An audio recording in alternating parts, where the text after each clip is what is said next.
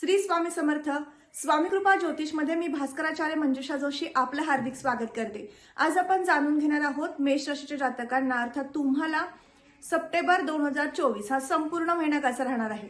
या महिन्यात तुम्ही कोणकोणती महत्त्वपूर्ण कार्य करायची आहेत, कोणत्या कामांमध्ये तुम्हाला यश येणार आहे, तुमचं शिक्षण योग, प्रेम प्रणयाचा योग आणि याचबरोबर वैवाहिक सौख्य, विवाह योग, सर्व्हिस, व्यवसाय या सगळ्या गोष्टींची इत्थंभूत माहिती घेऊन मी आज आले आहे. चला तर मग माहितीला सुरुवात करूयात. सुरुवातीलाच आपल्या सर्वांना विनंतीपूर्वक सांगू इच्छिते की आजचा व्हिडिओ अतिशय खास राहील तुमच्यासाठी. नक्की तुम्ही तो सुरुवातीपासून शेवटपर्यंत श्रवण करावा.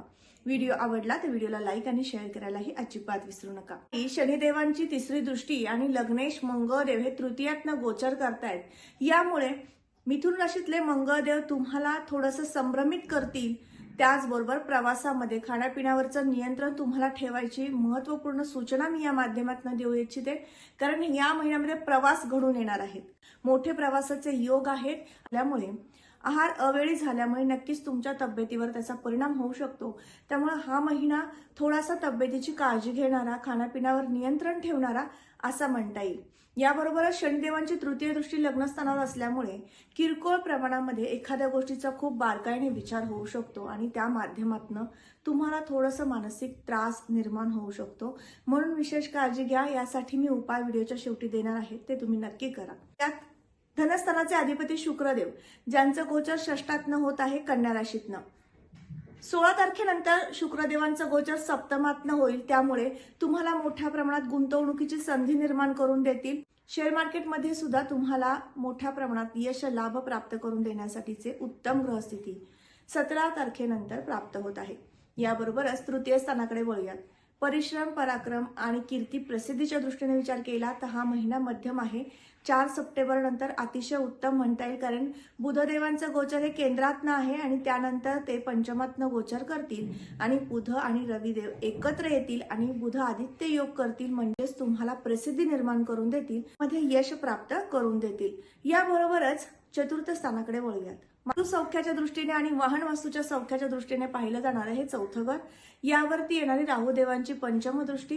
नवीन वास्तू खरेदी करायची आहे तर त्यामध्ये तुम्हाला संभ्रम निर्माण होऊ शकतो, घेऊ की नको किंवा कोणत्या पद्धतीची वास्तू घ्यावी असा काहीसा संभ्रम या महिन्यात नक्कीच निर्माण होऊ शकतो. यासाठी खास विशेष उपाय मी तुम्हाला व्हिडिओच्या शेवटी देणार आहे. त्या माध्यमातून तुम्हाला योग्य त्या ठिकाणी, आवडत्या ठिकाणी वास्तू प्राप्त होण्यासाठी मदत मिळू शकते.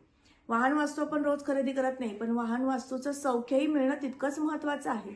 ज्या ठिकाणी तुम्ही वास्तव करता, तुमच्या रोजच्या जीवनामधील 12 ते 18 तास तुम्ही ज्या घरामध्ये राहता तर त्या ठिकाणचं सुद्धा सुख मिळणं तितकंच गरजेचं आहे.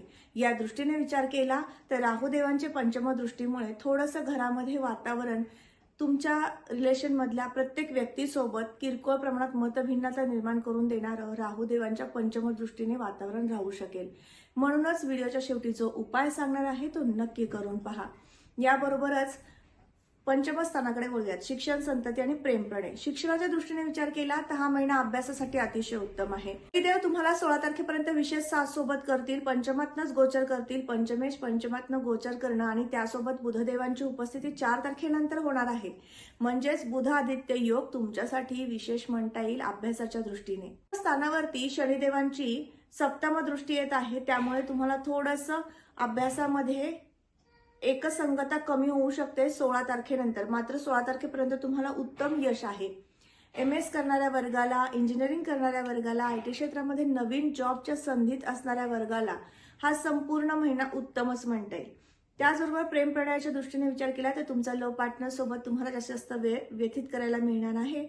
त्यांच्या सानिध्यात राहून तुम्ही काही प्रश्न सोडवू शकाल. काही तुमच्या समस्या आहेत, तुमच्या जीवनामध्ये घडणाऱ्या काही घटना आहेत, त्यांना शेअरिंग करू शकता. त्या माध्यमातून सुद्धा उत्तम ग्रहस्थिती आहे. शुक्रदेवांच्या कृपेने तुम्हाला या महिन्यामध्ये 17 तारखेनंतर शुक्रदेवांची तुमच्यावर विशेष कृपा होईल आणि तुम्हाला प्रेम प्रणयासाठी सुद्धा उत्तम ग्रहस्थिती आहे आणि तुमचं वैवाहिक सौख्यासाठी सुद्धा उत्तम ग्रहस्थिती निर्माण करून दिली जाणार आहे. भाग्यस्थानावर आपण नोकरीचे आणि व्यवसायाचे योग पाहतो की जुळून कसे येणार आहेत, कुठल्या क्षेत्रामध्ये नोकरी प्राप्त होणार आहे किंवा नोकरीची संधी मिळेल का, अशा अनेक प्रश्नांची उत्तर आपल्याला भाग्यस्थानावरनं मिळत असतात. भाग्यस्थानाचे अधिपती गुरुदेव ज्यांचं गोचर वृषभेतनं होत आहे. शत्रू राशीतनं जरी गुरुदेव गोचर करत असतील तरी ते धनस्थानात गोचर करतायत. त्यामुळे तुम्हाला नक्कीच नोकरीची संधी प्राप्त करून देतील आणि तुम्हाला हवे त्या ठिकाणी नोकरीची संधी मिळाल्यामुळे तुम्ही आनंदित होणार आहात. अर्थात तुमच्या जन्मलग्न कुंडलीप्रमाणे सुद्धा तुम्हाला नोकरीचे योग जर शुभ सुरू असतील तर नक्कीच या सगळ्या माहितीचा तुम्हाला अधिक उपयोग होऊ शकतो. व्यवसायाच्या दृष्टीने विचार केला तर तुम्हाला या महिन्यामध्ये ज्यांचा कागद कापड संगणक क्षेत्रातील व्यवसाय आहे, द्रव पदार्थासंदर्भातील व्यवसाय आहे, अशा वर्गांना हा संपूर्ण महिना उत्साही जाणार आहे. पैशाची आवक मोठ्या प्रमाणात होणार आहे. ज्यांचा कन्स्ट्रक्शन संदर्भातील व्यवसाय आहे, खरेदी विक्री संदर्भातील व्यवसाय आहे, IT क्षेत्रात जे नोकरीला आहेत यांच्यासाठी सुद्धा हा संपूर्ण महिना उत्तम म्हणता येईल लाभासाठी.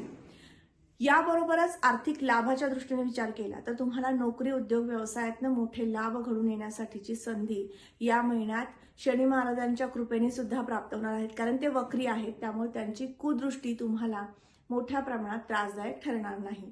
याबरोबरच पत्रिकेतील 12व्या घराकडे जाऊया, ज्यावरून आपण खर्च पाहतो. खर्चाच्या दृष्टीने विचार केला तर हा महिना तुम्हाला संमिश्र आहे. या महिन्यामध्ये तुमच्या कुटुंबातील सदस्यांसाठी तुम्हाला खरेदीचे योग येणार आहेत. विवाह जुळून येण्याचे योग सुद्धा या महिन्यात उत्तम प्रकारचे आहेत. अर्थात तुमच्या जन्मलग्न कुंडलीप्रमाणे विवाह योग सुरू असेल तर नक्कीच तुम्हाला विवाह खरेदीसाठी तुमचा हा महिना जास्त खर्च करणारा राहू शकेल. आणि याचबरोबर या स्थानावर आपण परदेशात जाण्याची संधी पाहत असतो. या दृष्टीने विचार केला तर तुम्हाला या महिन्याच्या शेवटच्या आठवड्यामध्ये नक्कीच संधीचा लाभ घेता येऊ शकेल. तुम्ही तुमच्या कागदपत्रांची पूर्तता करणं किंवा त्या संदर्भामध्ये जास्तीत जास्त प्रयत्न करणं, या सगळ्या गोष्टी तुम्ही या संपूर्ण महिनाभर करू शकता. तुम्हाला यश नक्कीच मिळू शकेल. अशा पद्धतीने मेष राशीच्या जातकांना संपूर्ण महिना कसा राहणार आहे हे आपण समजून घेतलं. याबरोबरच आता आपण उपासनेकडे वळूयात, कारण उपासनेची जोड आपल्याला या महिन्यात नक्कीच द्यायची आहे. शनिदेवांची कुदृष्टी लग्नस्थानावर आहे, त्यामुळे रागावरचं नियंत्रण सुटणं, अधिक एखाद्या गोष्टीचा विचार होणं या गोष्टी होऊ शकतात. म्हणून संपूर्ण महिनाभर मारुती स्तोत्र वाचायचं आहे. बुध आदित्य हा अतिशय सुंदर योग होत आहे, मालव्य योग होत आहे या महिन्यामध्ये. तर नक्कीच तुमची आर्थिक प्रगती करून घेण्यासाठी, शिक्षणामध्ये यश मिळवून घेण्यासाठी या संपूर्ण महिनाभर देवीचं स्तवन किंवा स्तोत्र म्हणायचं आहे. या माध्यमातून सुद्धा तुमची आर्थिक प्रगती नक्कीच होऊ शकेल. तर सगळ्यात महत्वाचं आहे ते कीर्ती प्रसिद्धी आणि प्रवासामध्ये होणारा त्रास, या सगळ्या संकटातून बाहेर पडण्यासाठी तुम्हाला या संपूर्ण महिनाभर सूर्याला अर्घ्य द्यायचं आहे. तर अशा प्रकारे सांगितलेली उपासना तुम्ही सुरू ठेवा, म्हणजे तुम्हाला वाहन वास्तूचं सौख्य उत्तम प्रकारचं मिळेल, प्रवासातील अडचणी कमी होतील आणि उत्तम प्रकारे तुम्ही एखाद्या कामामध्ये, कार्यक्षेत्रामध्ये नाविन्यपूर्ण काहीतरी नवीन करू शकाल आणि त्या माध्यमातून कीर्ती प्रसिद्धी मिळवू शकाल. याबरोबरच आपल्याच या YouTube चॅनलवरती मी अनेक रत्नांचे व्हिडिओ सुद्धा अपलोड करणार आहे. तरच तुमच्यापर्यंत नक्कीच पोहोचतील. तर तुम्ही तेही व्हिडिओज पहा. त्या माध्यमातून तुम्हाला क्रिस्टलची माहिती जाणून घेता येऊ शकेल, रेकी संदर्भातील माहिती सुद्धा जाणून घेता येऊ शकेल. तर ते व्हिडिओ सुद्धा तुम्ही नक्की पहा.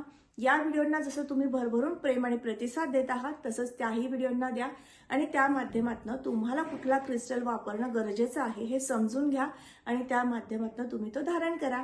पुन्हा भेटूयात अशाच महत्त्वपूर्ण माहितीसह. तोपर्यंत मी आपली रजा घेते. श्री स्वामी समर्थ. जय जय स्वामी समर्थ. रामकृष्ण हरी.